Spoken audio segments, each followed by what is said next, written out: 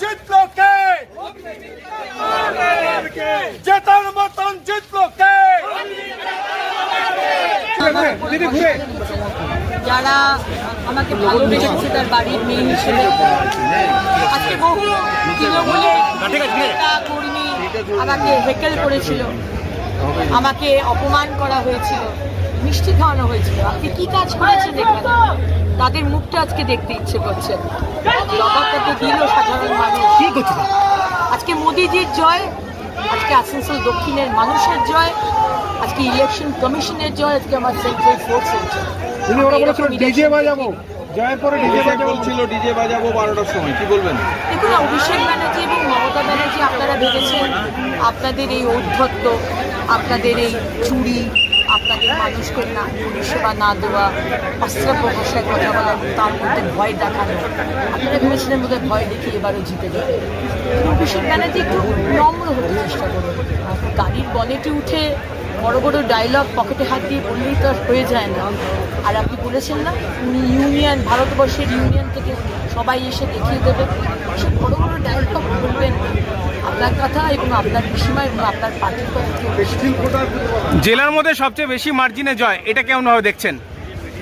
আসানসোল দক্ষিণের মানুষের জয়, মাননীয় প্রধানমন্ত্রী নরেন্দ্র মোদীজি জয়। আমি কেউ নয়, নরেন্দ্র মোদীজির ওপর বিশ্বাস রেখে আসানসোল দক্ষিণের মানুষ, বাংলার মানুষ 15 বছর ধরে কিচ্ছু পায়নি বাংলার মানুষ। তার আগে 34 বছর কিচ্ছু পাইনি। 50টা বছর আমাদের স্বাধীনতার পরে আমরা বাংলা কিচ্ছু পাইনি।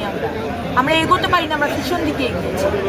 আজকে নতুন সূর্যোদয়, মোদীজির নেতৃত্বে ডাবল ইঞ্জিনের সরকার কীভাবে চলে আর কীভাবে মানুষের পাশে দাঁড়িয়ে, irrespective of your religion, irrespective of your caste, creed, কিভাবে কাজ করতে হয় আমরা। আসানসোল দক্ষিণের মানুষ কি পাবে? প্রথম কাজ যদি প্রচুর কাজ পাবে, যেটা বললাম, ডাবল ইঞ্জিনের সরকার।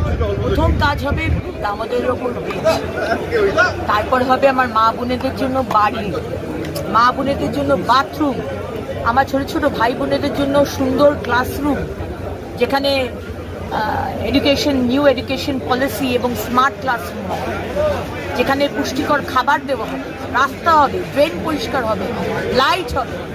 আজকে প্রাইমারি হেলথ সেন্টারগুলো ঝকঝকে হবে, ডাক্তার থাকবে। বড় বড় অপারেশন হলে আমাদের সরকারি হাসপাতালে যাবে, বাকি কোনো কাজের জন্য সরকারি হাসপাতালে এনাফ প্রাইমারি হেলথ সেন্টার সেই সব সার্ভিস দেবে।